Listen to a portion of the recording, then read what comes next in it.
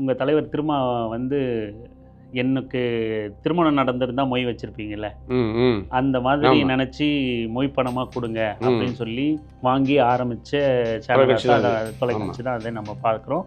திடீர்னு இப்படி சேனலே என்னது தான் அப்படிங்கிற மாதிரி ஒரு வாதம் வரவே மக்கள்கிட்ட போகும். விடுதலை சிறுத்தைகள் கட்சியை சார்ந்தவங்ககிட்டயும் ஒரு இல்ல, குழப்பம், வெளியில ஒரு குழப்பம். அந்த வெளிச்சம் என்ற சொல் வந்து நமக்கான சொல். அந்த தொலைக்காட்சியுடைய இருக்கக்கூடிய அந்த எக்யூப்மெண்ட்ஸ், அதுக்கான பொருட்கள் எல்லாம் வந்து உங்களுக்கு நமக்கானது. அந்த இடமும் நமக்கானது, அந்த பில்டிங் நமக்கானது. லைசன்ஸ் மட்டும் வந்து அண்ணன் பனையூர் பாபு அவர்களுக்கு. பனையூர் பாபு வந்து இந்த பத்திரிகையாளர் சந்திப்பிலே ஒன்று சொல்கிறாரு, கட்சியிலேருந்து வெளியே வந்ததுலேருந்து தலைவர் என்கிட்ட ஒரு தடவை கூட நேர்லேயோ ஃபோன்லேயோ தனியாக பேசவே இல்லை அப்படின்னு ஒரு குற்றச்சாட்டு வைக்கிறார். ஷானவாஸ் வெளியே வரலையே, தொடர்ந்து ஊடகத்தில் பேசக்கூடியவர், ஊடகத்தில் பயணிக்கக்கூடியவர். தேர்தல் முடிஞ்சு கிட்டத்தட்ட ஒரு மாதத்துக்கு மேலே அவர் ஏதோ ஒரு ஊரில் ஒரு வார்டு உறுப்பினராக இருந்தாங்க, அப்புறம் ஒரு ஊராட்சி மன்ற தலைவராக இருந்தாங்க, அப்புறம் ஒன்றிய கவுன்சிலராக இருந்தாங்க, அதுக்கப்புறம் ஒன்றிய பெருந்தலைவராக இருந்தாங்க, அப்புறம் நகராட்சி தலைவராக இருந்தாங்க, துணை மேயராக இருந்தாங்க. இன்றைக்கி வந்து நாங்கள் வந்து ஆட்சியில் பங்கு பெற்றுட்டோம். அப்போ நாங்கள் ஏற ஏற ஏதாவது ஒன்று ரெண்டு பின்னாடி இருக்கிறவங்க ஏதாவது சொல்ல தான் செய்வாங்க. அதை நாங்கள் திரும்பி நாங்கள் பார்க்கல. அதனால் வந்து அதை நாங்கள் விமர்சனமாக நாங்கள் எடுத்துக்கல. அது வந்து அவங்களுக்கு அதுதான் தெரியும் அப்படின்ட்டு அதை நமக்கு தாண்டி நம்ம போகிறோம். நம்ம அதனால் வந்து சிறுத்தைகள் எப்பயுமே வந்து கொள்கையிலிருந்து மாறல, கோட்பாடுலேருந்து மாறல. எங்கள் தலைவரும் அப்படி தான். எங்கள் தலைவர் எந்த வழி காட்டுறாரோ அந்த வழி தான் எங்களுடைய ஒரே வழி. பார்வையாளர்களுக்கு வணக்கம். நம்மோட இன்றைக்கி உரையாட விடுதலை சிறுத்தைகள் கட்சியோட தொழிலாளர் விடுதலை முன்னணியை சார்ந்த தோழர் இசையமுதன் இணைஞ்சிருக்காரு. விடுதலை சிறுத்தைகள் கட்சியோட பரபரப்பான அரசியல் சூழலை குறித்து நிறைய இவர்கிட்ட பேசலாம். வாங்க தோழர். வணக்கம். வணக்கம் சார். நிறைய பரபரப்பான வைரல் கண்டென்ட்டாக தொடர்ந்து விடுதலை சிறுத்தைகள் கட்சி கொடுத்துக்கிட்டே இருக்குது. உள்கட்சிக்குள்ளே நிறைய பூசல்கள் நடந்துக்கிட்டே இருக்குது. பனையூர் பாபு வந்து கட்சியை விட்டு விலகி போய் திமுகவில் இணைஞ்சிருக்காரு. ஆளு ஷானவாஸ் இன்னும் பொதுவெளியில் வந்து தேர்தல் முடிவுக்கு பிறகு இன்னும் பொதுவெளியில் வந்து முகத்தை காட்டவே இல்லை. என்ன நடக்குது விடுதலை சிறுத்தைகள் கட்சியில்? இல்லை, நாங்கள் ஒரு நிதர்சனமான ஒரு நகர்வை தான் நகர்ந்துட்டுருக்குறோம். ஒரு பாயிண்ட்டு. ரெண்டாவது என்னென்னா, இந்த ஆட்சி தொடரணும் அப்படின்றது ஒரு தலைவர் நிலைத்த ஒரு நிலைப்பாடை வந்து தொண்டர்கள் எல்லாருமே நாங்கள் வந்து உறுதுணையாக இருக்கிறோம். ஒரு சில பேர் வந்து கட்சியில் சீட்டு கிடைக்காம அந்த விரக்தியில் வந்து சில பேர் ஏதோ குறைகள் சொல்லியிருக்கலாம். அது யாரும் வந்து ஒரே குடும்பத்துக்குள்ளே இருக்கிறதுனால அதை வந்து யாரும் பெருசாக நாங்கள் எடுத்துக்கிறது கிடையாது. ஒரு அண்ணன் தம்பிக்குள்ளே எப்படி ஏதோ கருத்து வேறுபாடு இருக்குமோ அப்படி தான் நாங்கள் எடுத்துகிட்டு போயிருக்கிறோம். சில பேர் வந்து கட்சி விட்டு போயிருக்கிறாங்க. அது வருத்தம் தான். இருந்தாலும் அவங்க எங்கே இருந்தாலும் அவங்க வந்து விசிகாவில் எப்படி ஒரு அங்கீகாரத்தில் இருந்தாங்களோ அதே போல் வந்து அவங்க மாற்றுக் கட்சியிலையும் அவங்க வந்து ஒரு அங்கீகாரத்தில் இருக்கணும் தான் எங்கள் தலைவர் அவர்கள் விரும்புவார். சிறுத்தைகளாக இருக்கக்கூடிய நாங்களும் அதை தான் விரும்புகிறோம். ஆனால் இந்த சில நிகழ்வுலாம் நடக்கிறது வந்து சற்று இடத்துல நம்ம சொல்லிக்கூடிய இடத்துல நம்ம இருக்கிறோம். இப்போ வெளிச்சம் தொலைக்காட்சி வந்து என்ன ஏதுன்னு ஒரு தகவல் ஒன்று வருது. இது எப்படின்னா, பெரிய மக்கள் இயக்கமாக இருக்குது சிறுத்தைகள். எல்லாரும் வந்து ஒவ்வொரு தலைவரும் கட்சி வச்சுருங்க எல்லாமே வந்து தொலைக்காட்சி ஆரம்பிச்சிருக்காங்க. இப்போ எங்கள் கட்சியில் யாரும் பணக்காரங்களாம் கிடையாது. எங்கள் கட்சியில் யாரும் பெரிய முதலாளிகள்லாம் கிடையாது. யாரும் அவளுக்கு கொடுங்க இவளுக்கு போடுங்கலாம் கிடையாது. அப்போ எங்கள் தலைவர் என்ன பண்ணாங்கன்னா, நம்ம ஒரு தன்னுடைய பிறந்தநாளை வந்து ஒரு பொது வழியில் எடுத்துகிட்டு போவோம். அப்போ அவங்க கொடுக்குற ஒரு நிதியை கொண்டுட்டு வந்து ஒரு தொலைக்காட்சி ஒன்று ஆரம்பிப்போம் அப்படின்னு சொல்லி தான் வந்து தலைவர் வந்து கிட்டத்தட்ட அந்த பிறந்தநாள் நிகழ்வு வந்து கிட்டத்தட்ட ஒரு வருடமாக கொண்டுட்டு போனார். ஒரு மாவட்ட வாரியாக ஒரு அப்படி கொண்டுட்டு போய் அவங்களால முடிஞ்சது 100, 50, 100, 1000மோ இல்லை வந்து 1 கிராமோ 2 கிராமோ கொடுக்குற நகைக்கெல்லாம் கொடுத்து அதை சேமித்து வச்சு அது வந்து மருதம் டெலிவிஷன் சொல்லி அது வேறொருடைய லைசன்ஸை வாங்கி நம்ம பயன்படுத்தணும். இடம் நம்மளுது, அதில் இருக்கக்கூடிய ஆட்கள் நம்மளுடைய, அதோடைய இருக்கக்கூடிய பொருட்கள் எல்லாமே நம்மளுது தான். லைசன்ஸ் நம்மளால் வாங்க முடியல. ஏன்னா அந்தளவுக்கு நம்மகிட்ட சக்தி கிடையாது, நம்மகிட்ட அந்தளவுக்கு பணமும் கிடையாது, யார்கிட்டையுமே பணங்கள் கிடையாது. அதனால் வந்து நம்ம வந்து ஒரு லைசன்ஸ் வாங்கி வந்து வச்சுருந்தோம். அப்போ அவங்ககிட்ட நம்ம வந்து வாடகை கொடுத்துட்டு இருந்தோம். அதன் பிறகு வந்து நம்ம பிஜேபி ரொம்ப எதிராக வந்து சில தகவலாக சொல்கிறேன்னா அவங்க வந்து இல்லைங்க எங்களால் முடியாதுங்க, எங்களுக்கு வந்து கவர்மெண்ட்லேருந்து சென்ட்ரல் கவர்மெண்ட் எங்களுக்கு ப்ரெஷர் வருதுன்னு சொல்லி அவங்க வேலைக்கு போயிட்டாங்க. அதன் பிறகு தலைவர் நம்ம சும்மா அதை விட்டுறக்கூடாது. இந்த மக்களுக்கு வந்து இவ்வளோ தூரம் கஷ்டப்பட்டு எல்லாரும் வந்து ஒவ்வொரு கட்சிக்காரங்களும் ஒவ்வொரு தொலைக்காட்சி வச்சுக்கிறாங்க. நம்ம இவ்வளோ தூரம் மக்கள் தொகை வச்சுருக்கிறோம். இந்த எளிய மக்கள்கிட்ட வந்து ஒவ்வொரு நடக்கக்கூடிய போராட்டங்கள்கிட்ட கொண்டுட்டு போகணும், ஒரு அரசு அதிகாரிகிட்ட கொண்டுட்டு போகணும், வேறு கட்சி தலைவர்கிட்ட கொண்டுட்டு போகணும். அந்த அடிப்படையில் வந்து ஒரு தொலைக்காட்சி உருவாக்குன்னு சொல்லி தான் வந்து வெளிச்சம் தொலைக்காட்சி வந்து எங்கள் தலைவர் விரும்பினார். அது விரும்பி அதை செயலாக்கணும்னு சொல்லி தான் மறைந்த கேப்டன் அவர்கள் தலைமையில் தான் வந்து கோயம்பேட்டில் கூட கோயம்பேடு அண்ணா நகரில் தான் வச்சு அது வந்து திரைப்படம் இப்போ கூட நல்லா வைரலாக போயிட்டு இருக்கு. அதுக்கு விடுதலை சிறுத்தைகள் கட்சியை சார்ந்தவங்க வந்து பனையூர் பாபு அவர்களோட ஸ்டேட்மெண்ட்டுக்கு பதிலாக போட்டுக்கிட்டு இருக்காங்க. நாமளும் கூட பார்த்துருக்கோம். உங்கள் தலைவர் திரும்ப வந்து எனக்கு திருமணம் நடந்திருந்தா மொய் வச்சுருப்பீங்கள்ல, அந்த மாதிரி நினச்சி மொய் பணமாக கொடுங்க அப்படின்னு சொல்லி வாங்கி ஆரம்பித்த சேனல் தொலைக்காட்சி தான் அதை நம்ம பார்க்குறோம். பல தடவை நிகழ்ச்சியாக பேசியிருக்காரு. சேனல் குறித்து நிறைய இடத்துல பொதுவெளியில் பேசியிருக்காரு. திடீர்னு இப்படி சேனலே என்னது தான் அப்படிங்கிற மாதிரி ஒரு வாதம் வரவே மக்கள்கிட்ட இப்போ விடுதலை சிறுத்தைகள் கட்சியை சார்ந்தவங்ககிட்டயும் ஒரு குழப்பம், வெளியே ஒரு குழப்பம். அந்த வெளிச்சம் என்ற சொல் வந்து நமக்கான சொல். அந்த தொலைக்காட்சியுடைய இருக்கக்கூடிய அந்த எக்யூப்மெண்ட்ஸ் பொருட்கள் எல்லாம் வந்து நமக்கானது. அந்த இடமும் நமக்கானது, அந்த பில்டிங் நமக்கானது. லைசன்ஸ் மட்டும் வந்து அண்ணன் பனையூர் பாபு அவர்களுக்கு. அது நம்ம ஏன்னா லைசன்ஸ் நம்மளால் வாங்க முடியாது, அந்தளவு யாரும் சக்திகளும் கிடையாது எங்கள்கிட்ட. அதனால் வந்து அவர் ஆல்ரெடி வந்து கேபிள் டிவி ஆப்ரேட்டராக இருந்தார். அவர் லைசன்ஸ் வாங்கி வச்சுருந்தார். அன்னைக்கு அவர் வந்து ஒரு 3 லட்ச ரூபாய்க்கு 4 லட்ச ரூபாய்க்கு அந்த லைசன்ஸ் வாங்கி வச்சுருந்தார். ஆனால் இன்றைக்கி வந்து அப்படிலாம் கொடுத்து வாங்க முடியாது, லைசன்ஸ் வாங்க முடியாது. அன்றைக்கி ரொம்ப ஈஸியாக கிடச்சி, ஒரு 15-20 வருஷம் முன்னாலும் ஈஸியாக கிடச்சிது லைசன்ஸ். இப்போலாம் அப்படிலாம் டக்குன்னு எடுத்து ஒரு லைசன்ஸ் வாங்கிட முடியாது. அப்போ ரொம்ப கடிமான. அப்போ என்ன பண்ணோம்னா சரிட்டு அவர் வந்து அந்த லைசன்ஸில் வந்து நம்ம அவர் லைசன்ஸை நம்ம இயங்குனது, அது உண்மை, எந்த மாற்றத்தும் கிடையாது. ஆனால் அதற்கு தேவையான மாதம் வாடகை வந்து கட்சி சார்பாக கொடுத்துட்டு தான் இருக்கிறோம். இலவசமாக அவர் கொடுக்கல. அவர் வந்து கொடுக்கறதுக்கு வந்து அதுக்கான தொகையை வந்து நம்ம கொடுத்துறோம். அதுக்கு எல்லாம் முறையாக ஆமாம் மாதம் என்ன அவர் ப்ராசஸ் சொல்கிறாரோ அந்த ப்ராசஸை நம்ம கொடுத்துறோம். அதுக்கப்புறம் ஆண்டுக்கு ஒரு தடவை இல்லை 3 ஆண்டுக்கு ஒரு தடவை அது ரெனியூல் பண்ணணும். அதுக்கான தொகையை நம்ம கட்டிடுறோம். அப்போ வந்து அவர் வந்து நம்மளுக்கு வந்து ஒரு தரை வாடகை மாதிரி தான் அது கொடுத்துருக்காரு ஒழிய இலவசமாக நீங்கள் வச்சுக்கு பயன்படுத்திங்க அப்படின்னு நம்ம சொல்லலை. ஆனால் நம்ம மாதம் என்ன அப்படி ஒரு தண்டல் வாங்க நம்ம எப்படி நம்ம வட்டி கட்டுறோமோ அதேமாதிரி இந்த தொலைக்காட்சி நடத்துகிறோம்ன்றதுக்காக இந்த மக்கள்கிட்ட போய் கட்சி நிகழ்வு கொண்டுட்டு போகணுன்றதுனால நம்ம வந்து அதுக்கான நிதியை வந்து தலைவர் வந்து எப்படியாவது வந்து தொண்டர்கள்ட்ட எப்படியாவது அப்படியே அங்கேயும் கை நீட்டி ஏதாச்சும் வாங்கி அவர்கிட்ட அது கொடுத்துறாரு. அதனால் வந்து இது இந்த கட்சி இந்த தொலைக்காட்சி இது எல்லாமே தலைவருக்கு மட்டும்தான் பொருந்தும் இல்லையா, மற்ற யாரும் உரிமை கொண்டாட முடியும். ஏன்னா அவர் வாங்கிறார்ல, அதுக்கான வாடகையை அவர் வாங்கிறாரு, அதுக்கு ரெனியூல் பண்ணுறதுக்கான தொகையை அவர் வாங்கிறாரு. அப்புறம் எப்படி அதை நம்ம உரிமை கொண்டாட? வாடகை கொடுத்தாலும் ஓனர் அவர் தாங்கிற மாதிரி இருக்குது. இருந்தாலும் நம்ம இதை பெருசாக உள்ளே போக வேணாம்னு நினைக்கிறேன். ஏன்னா பனையூர் பாபு அவர்கள் ஒரு ஸ்டேட்மெண்ட் கொடுக்க, உங்களோட கட்சி பொருளாளர் எஸ்எஸ் பாலாஜி வந்து அதுக்கு விளக்கம் கொடுக்க, மறுபடியும் இப்போ நம்ம பேசுகிறதுக்கு ஒரு மணி நேரத்துக்கு முன்னாடி பனையூர் பாபு வந்து அதுக்கு ஒரு விளக்கம் கொடுத்துருக்காரு. எல்லாருக்கும் உண்மை கிட்டத்தட்ட தெரியுது அப்படின்னு நம்ம புரிஞ்சுக்கலாம். இது பெருசாக இதை பேசு பொருளாவோ விவாதமாகவோ ஆக்க வேண்டிய தேவையில்லைன்னு நான் நினைக்கிறேன். ஆனால் நம்ம வேற ஒன்றத்தை பேசணும்னு நான் நினைக்கிறேன். பனையூர் பாபு வந்து இந்த பத்திரிகையாளர் சந்திப்பிலே ஒன்று சொல்கிறாரு, கட்சியிலேருந்து வெளியே வந்ததுலேருந்து தலைவர் எங்கிட்ட ஒரு தடவை கூட நேர்லேயோ ஃபோன்லேயோ தனியாக பேசவே இல்லை அப்படின்னு ஒரு குற்றச்சாட்டு வைக்கிறார். ஒரு கட்சியில் முன்னாள் சட்டமன்ற உறுப்பினராக ஒருத்தர் இருந்திருக்காரு, அவருக்கு அதிருப்தின்னு செய்திகள் வெளியே வருது. அவர் வெளிப்படையாக வெளியேற போகிறேன்னு அறிக்கையை வெளியிடுறாரு. திரும்பவும் அவர் போய் திமுகவில் இணைஞ்ச வரைக்கும் கூட, அதுக்கு முன்னாடி வரைக்கும் கூட தலைவர் வந்து தொடர்பு கொண்டு எதுவுமே சமாதானம் செய்யக்கூடிய முயற்சியில் ஈடுபடலை அப்படின்னு ஒரு குற்றச்சாட்டு வைக்கிறார். பொதுவாக விடுதலை சிறுத்தைகள் கட்சி வந்து அதீத ஜனநாயகம் உள்ள ஒரு கட்சி அப்படின்னு தான் நம்ம பரவலாக அறியப்படுது. ஆனால் பனையூர் பாபு வைக்கிற குற்றச்சாட்டு வந்து அதுக்கு முரணாக இருக்கு. இல்லை, ஒரு குடும்பத்துக்குள்ளே இருக்கிறோம், அவர் எங்கேயும் நம்ம மீறி நம்ம தம்பி தான் நம்ம மீறி போக மாட்டார். இப்போ அவருக்கு ஏதாவது அந்த சீட்டு அடியில் ஒரு சின்ன கோபங்கள் இருக்கும் அப்படின்னு வந்து ஒரு தம்பின்ற ஒரு அன்புல தான் அவர் தலைவர் இருந்திருக்காரு. ஆனால் லைவில் பேசியிருக்காரு, பொதுவெளியில் லைவில் 2 முறை கிட்ட பேசியிருக்காரு. எல்லாரும் எந்த பிரச்சனையும் இல்லை, எங்கள் கூட தான் நிற்கிறாங்க, இப்போ அவதூறுகளை பரப்ப வேணாம் எல்லாம் பேசியிருக்காரு. ஆனால் நீங்கள் சொல்கிறத பார்த்தாலும் அப்போ தனியாக பேசலையோ, சமாதான முயற்சி இருக்கு? இல்லை, தலைவர்கிட்ட வந்து பனையூர் பாபு பேசியிருக்காரு. பேச சொல்ல தலைவர்கிட்ட பேசியிருக்காரு, தலைவரும் பேசியிருக்காரு. ஆனால் அவர் இன்றைக்கி இருக்கிற காலகட்டத்தில் அவர் அப்படி ஒரு சூழ்நிலை சொல்கிறாரு.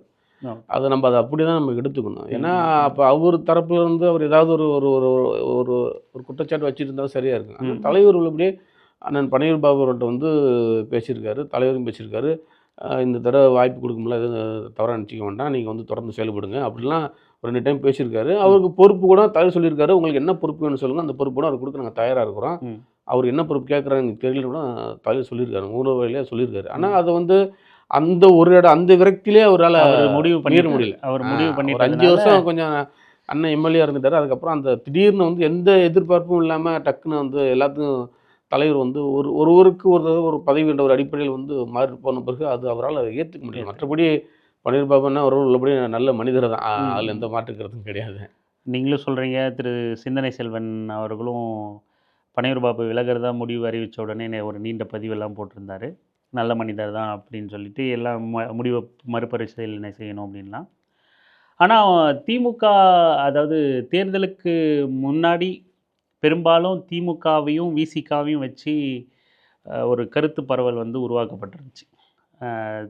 விசிகாவோட சட்டமன்ற உறுப்பினர்கள் வந்து திமுகவோட ரொம்ப இணக்கமாக இருக்காங்க, அவங்க விடுதலை சிறுத்தைகள் கட்சியோட சட்டமன்ற உறுப்பினர்களாக இல்லை, திமுகவோட சட்டமன்ற உறுப்பினர்களாக மாறிட்டாங்க, அவங்க கைக்குள்ளே போயிட்டாங்க, அவங்களுக்காக இயங்குறாங்க அப்படிங்கிற மாதிரியான விமர்சனமெல்லாம் பரவலாக வைக்கப்பட்டுச்சு.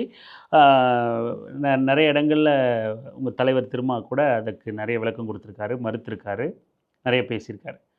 ஆனால் திரு பனையூர் பாபு அவர்களோட இந்த முடிவு திமுகவில் போய் இணைஞ்சது முந்தைய கூற்றை அப்படியா பரவன செய்திகளை உண்மையாக்குச்சா? இல்லை, இது அப்படி இல்லை. நம்ம ஒரு திமுக கூட்டணியில் நம்ம இருக்கிறோம்.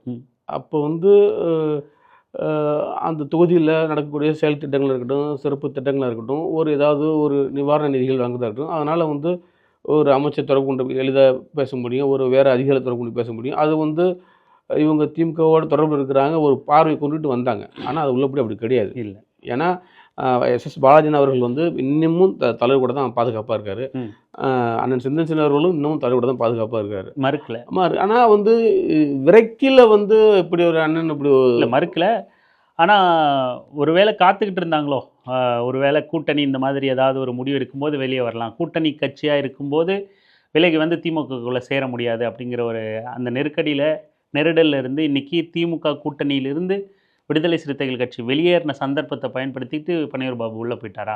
அன்னைக்கு பேசப்பட்ட விஷயத்தை இந்த சந்தர்ப்பத்தை பயன்படுத்தி அவர் பயன்படுத்திட்டார். அது இதுலேருந்து நம்ம மாறுபடுறோம் கொஞ்சம். ஏன்னா இன்றைக்கி நாங்கள் வந்து திமுக கூட்டணியில் ஜெயித்தாலும் நாங்கள் வந்து இன்றைக்கி ஆட்சி செய்யக்கூடிய கூட்டணியில் நாங்கள் இருக்கிறோம். அப்போ இது அப்படி எண்ணம் உடையவர் யாராக இருந்தாலும் பரவாயில்ல, நம்ம எப்படினாலும் ஒரு ஆளுங்கட்சியில் கொண்டு நம்ம இருக்கிறோம் அப்படின்னு ஒரு சாயல் இருப்பாங்க. அப்படி யாரும் நினைக்கல. இப்போ சீட்டு கிடைக்கல அந்த ஒரே மனப்பான்மை தான் உள்ளபடி நகர்ந்துருக்காங்க. அது அப்படிதான் மட்டும்தான் நம்ம பார்க்கணும். மற்றபடி திமுகவுக்கும் எங்கள் முன்னாள் சட்டமன்ற உறுப்பினருக்கும் எந்த தொடர்பும் கிடையாது. அது வந்து வெளியில் அப்படி வந்து பேசக்கூடிய செய்தி ஒரு அஃபிஷியல் ரிலேஷன்ஷிப் தான் அப்படிங்கிறது. ஆமாம், அது ஒரு உண்மை தான். அப்புறம் ஒரு சட்டமன்ற உறுப்பினர் அந்த துறை ரீதியாக அவங்கள்ட்ட ஒரு அமைச்சர்கிட்ட பேசுவாங்க, துறை ரீதியாக ஒரு துணை முதல்வர் பார்ப்பாங்க, துறை ரீதியாக வந்து ஒரு சிஎம் பார்க்குறது வாய்ப்பு உண்டு, ஒரு அரசு அதிகாரி பார்க்குறது வாய்ப்பு உண்டு. இப்போ யாரும் போய் பார்க்க முடியல. அப்படித்தான் விளக்கம் கொடுத்தாரு உங்கள் தலைவர் திருமாவும், அப்படித்தான் விளக்கம் கொடுத்தாரு, அப்படித்தான் கட்சியினர் எல்லாரும் சொல்லிக்கிட்டு இருந்தீங்க. ஆனால் இவரோட முடிவு அப்படியான ஒரு கதையாடலை உண்மையாக்கிருச்சோ அப்படிங்கிறது தான். இல்லை, இவர் பாயிண்ட்டுங்கிறது வந்து ஒரு சீட்டு கொடுக்கலங்கிறது மட்டும்தான் அது முதல் பாயிண்ட். மற்றபடி இந்த உரையாடல் சந்திப்பு அதுக்கும் முன்னாடி பரவன எந்த சம்மதமும் கிடையாது. அப்படி பார்த்தா எஸ்.எஸ். பாலாஜி ஏதாச்சும் அப்படி சொன்னாங்க, அப்படி ஏதாவது இருக்கா? இல்லை, ஷானவாஸ் மேலே ஏதாவது குற்றச்சாட்டு சொன்னாங்க, அப்படி யாராவது இருக்கா? ஷானவாஸ்க்கு வரேன். ஷானவாஸ் இன்னும் வெளியே வரலையே. அதேமாரி வந்து ஒரு சின்னச்சிறன் மேலே குற்றச்சாட்டு அது எதுவுமே இல்லை. எல்லாமே தலைவர் மேலே அன்பும் வச்சுருக்காங்க, தலைவர் மேலே பற்றும் வச்சுக்கிறாங்க. ஷானவாஸ் வெளியே வரலையே. தேர்தல் முடிவுக்கு பிறகு அவர் பொது வெளியில் பெருசாக தொடர்ந்து ஊடகத்தில் பேசக்கூடியவர், ஊடகத்தில் பயணிக்கக்கூடியவர், பொதுவெளியில் எல்லா விவாதங்கள்லையும் கலந்துக்கக்கூடியவர். தேர்தல் முடிஞ்சு கிட்டத்தட்ட ஒரு மாதத்துக்கு மேலே அவர் எம்எல்ஏ ஆகுறதுக்கு முன்னாடியிலேருந்து பொது ஊடகங்களில் வந்து சரியாக கலந்துக்க மாட்டார், விவாத மேடையெல்லாம் சரியாக கலந்துக்க மாட்டார். அவர் பிரத்யேகமாக ஏதாவது பேட்டி இருந்தாருன்னா அவர் பேட்டி எடுப்பார். அப்படி தான் இன்னமும் இருக்கார். நம்ம கட்சியில் தான் இருக்கிறாரு, நம்ம கூட தான் இயங்குறாரு, நம்ம கூட தான் செயல்படுறாரு, தலைவர் கூட தான் அவர் இருக்கிறாரு, எந்த மாற்று கருத்தும் கிடையாது. அவருக்கு முதன்மைச் செயலாளர் பதவி கொடுத்துருக்குறாங்க. அந்த வன்னியரசன் பதவி ஏற்புகளாக கூட அவர் வந்திருந்தார். நான் பார்த்துருந்தேன். ஏன்னா அவர் எல்லாம் முடிச்சுட்டு முன்னாடி போயிட்டாங்க, நாங்கள்லாம் பின்னாடி போனோம். அப்போ நாங்கள் பார்த்தோம். அதன் பிறகு வந்து சில அந்த ஜூம் வழியாக இருக்கக்கூடிய அந்த உயர்மட்ட குழுலாம் கலந்துக்கிட்டார். நம்ம இல்லைன்னு நம்ம சொல்லலை, இருக்கிறாரு, இல்லாமலாம் இல்லை. அது கொஞ்சம் இப்போ வந்து நம்ம கூட்டணி மாறி இருக்கிறோம் அப்படின்னு ஒரு சின்ன ஏதாவது ஒரு அதிகாரத்தில் இல்லை அப்படிங்கிற ஒரு சின்ன ஒரு தயக்கம் இருக்குமோ ஒழிய, இன்னும் விசிகாவில் தான் இருக்காரு, இன்னும் விசிகாவுடைய கட்டுப்பாட்டுக்குள்ளே தான் இருக்காரு, தலைவருடைய அன்பால் தான் இருக்காரு, தலைவருடைய அரவணைப்பில் தான் அவர் இருக்கிறாரு, அப்படி தான் இயங்குறாரு. இதுதான் உண்மை, இதுதான் நிதர்சனம். சரி, அப்போ நான் அப்படி இருந்த மகிழ்ச்சி தான் இருக்கணும்னு தான் நாங்களும் நினைக்கிறோம். இதுக்கு மேலே உங்கள் உள்கட்சி விவகாரத்தை நான் இன்னும் தோண்டி இருக்கணும்னு நான் விரும்பலை. ஓகே, இதோட நம்ம உள்கட்சி விவகாரத்தை விடுவோம். இப்போ அரசியலுக்கு வருவோம். இந்தியா கூட்டணி கூட்டத்துக்கு உங்கள் தலைவரும் பொதுச் செயலாளரும் போய் கலந்துருக்காங்க. திமுக வந்து பங்கேற்கலை. விடுதலை சிறுத்தைகள் கட்சி பங்கெடுத்திருக்கு. விடுதலை சிறுத்தைகள் கட்சி பங்கெடுத்தாலும் அங்கே போய் சில முரண்பாடுகளை வெளிப்படுத்தியிருக்காங்க. இதுக்கு பின்னாடி என்ன? இதை எப்படி பார்க்குறது?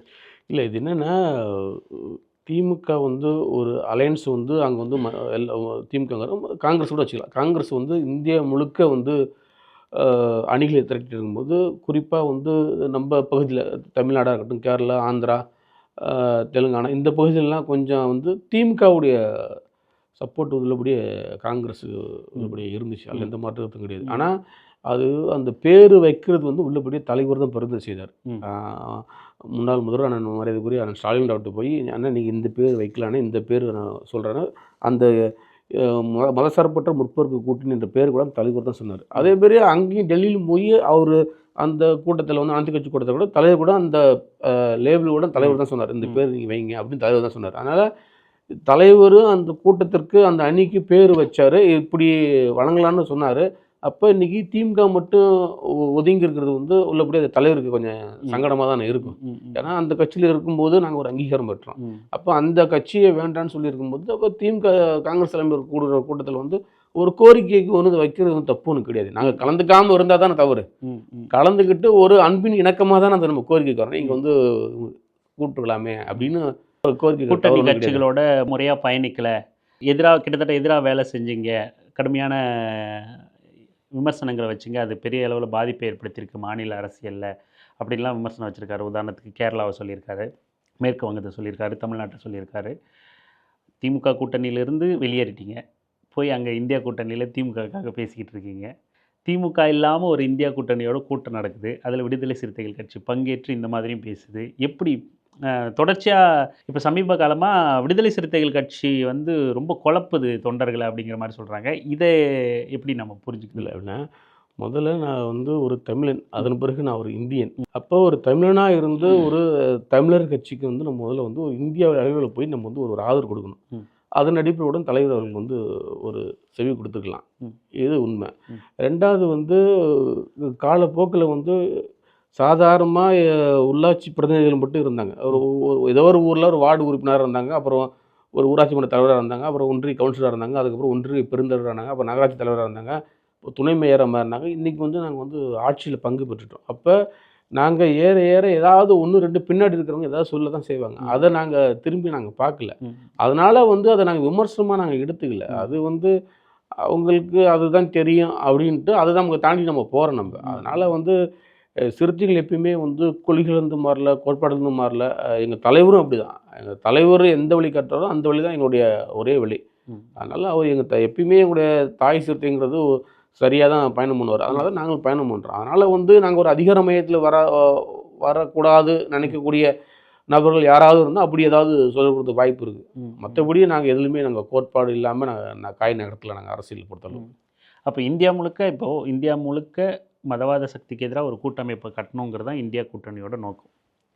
அதில் மிக முக்கிய கட்சியாக விடுதலை சிறுத்தைகள் கட்சியும் இருக்குது. திமுக ஒரு கட்சிங்கிற மாதிரி விடுதலை சிறுத்தைகள் கட்சியும் அந்த கூட்டணியில் ஒரு கட்சி, ஒரு அங்கம் வகிக்குது. இன்றைக்கி தென்னிந்தியாவில் அப்படியான பாஜகவுக்கு எதிர்ப்பு அணியில் மிக முக்கியமான ஒரு பெரிய அணி வந்து திமுக கட்சி. அதை அப்படியே தவிர்த்து விட்டுட்டு ஒரு இந்தியா கூட்டணி கூட்டம் நடக்குது அப்படின்னா, இன்றைக்கி ஒரு மதச்சார்பற்ற ஒரு கூட்டம் வலுவிழந்து போயிருக்கோ? பாஜகவுக்கு எதிரான ஒரு வலுவான கூட்டமைப்பை உருவாக்கணுங்கிற உங்கள் நோக்கத்தில் பின்னடைவு ஏற்பட்டிருக்கா? இல்லை, தென் மாநிலத்தில் பொறுத்தளவுக்கு மதசார்பற்ற முற்போக்குன்னு ரொம்ப வலுவாக இருக்கிற கட்சி அதனை விசிகா தான். அதன் பிறகு தான் வேறு ஏதாவது அதனோட நிலைப்பாடு உறுதி அந்த விஷயத்தில் நம்ம சொல்லலை. இன்றைக்கி ஒரு கூட்டணியாக இங்கேருந்து ஒரு 40 சீட்டை ஜெயிச்சு கொடுக்குற வலிமையில் திமுக இருந்துச்சு. ஒரு பெரிய கட்சியாக நீங்கள் ஒரு நாடாளுமன்ற உறுப்பினராக கொடுக்கறதுல ஒரு முக்கிய பங்கு வகிக்குது திமுக. ஸோ அப்படியான ஒரு கட்சியை விலகி நிற்கிது. உங்களோட அந்த நோக்கத்தில் ஒரு விரிசல் ஏற்பட்டிருக்கு, ஒரு தொய்வு, ஒரு தளர்வு, ஒரு பின்னடைவு ஏற்பட்டிருக்கு. ஒன்று இதை சரி செய்ய முயற்சி பண்ணியிருக்கணும், இல்லை நீங்கள் தமிழ்நாடு சார்ந்தோ இல்லை தென்னிந்தியா சார்ந்தோ விடுதலை சிறுத்தைகள் கட்சி ஏதாவது ஒரு முடிவு எடுத்திருக்கணும். திமுகவை விலக்கி விட்டுட்டு விலகி நிற்கிது திமுக. இருந்தாலும் நீங்கள் போய் இந்தியா கூட்டணி கூட்டத்தில் கலந்துருக்கீங்க. அந்த ஒருங்கிணைவு இல்லாமல் இருக்குது. உங்கள் நோக்கம் நிறைவேறலை. இதை எப்படி நம்ம புரிஞ்சுக்கணும்? இல்லை, இது இவ்வளோ தூரம் நாடாளுமன்ற உறுப்பினர் வெற்றி பெற்றதுக்கு காரணம் என்னென்னா, பெரியார், அம்பேத்கர், மேதகு பிரபாகரன் அண்ணன் அவர்கள் இவங்களுடைய கொள்கைகளும் கோட்பாடுகளும் குறிப்பாக கம்யூனிஸ்ட் கட்சியுடைய கொள்கைகளும் இதை எல்லாமே உள்வாங்கினது யாருன்னா தமிழர்கள் மட்டும்தான். அதனால தான் இந்த அளவு வெற்றி பெற்று கிட்டத்தட்ட 40 பேர் கிட்டத்தட்ட போய் சேர முடிஞ்சிச்சு. அதனால் இந்த வெற்றி வந்து ஒருத்தருக்கு மட்டும் சேராது. கம்யூனிஸ்ட் கட்சிக்கும் பெருமை சேரும், அம்பேத்கருக்கும் பெருமை சேரும், பெரியாருக்கும் பெருமை சேரும். எல்லாரோட நான் வணங்குறது வந்து பிரபாகரன் அவர்களுக்கும் வந்து பெருமை சேரும். எல்லாரோட கூட்டு உழைப்பு தான் 40 ஜெயிச்சு கொடுத்துருக்கு. அதில் மாற்று கருத்து இல்லை. இருந்தாலும் ஒப்பீட்டளவில் ஒரு தேர்தல் அரசியலில் ஒரு பெரிய கட்சியாக திமுக இருக்குல்ல, அதை இன்னைக்கு புறந்தள்ளிட்டு அவங்க ஒரு கூட்டணியை மறுத்திருக்காங்க. அவங்களும் மதசார்பற்ற ஒரு அரசியலை தான் முன்னெடுத்துக்கிட்டு இருக்காங்க. அப்படியான ஒரு பெரிய கட்சி இந்தியா கூட்டணியில் பங்கேற்காமல் அந்த முடிவை மறுபரிசீலனை செய்வோங்கிற நிலைப்பாட்டில் இருக்காங்க. இந்த கூட்டங்கிறது வந்து இன்றைக்கி தான் கூடியிருக்கு.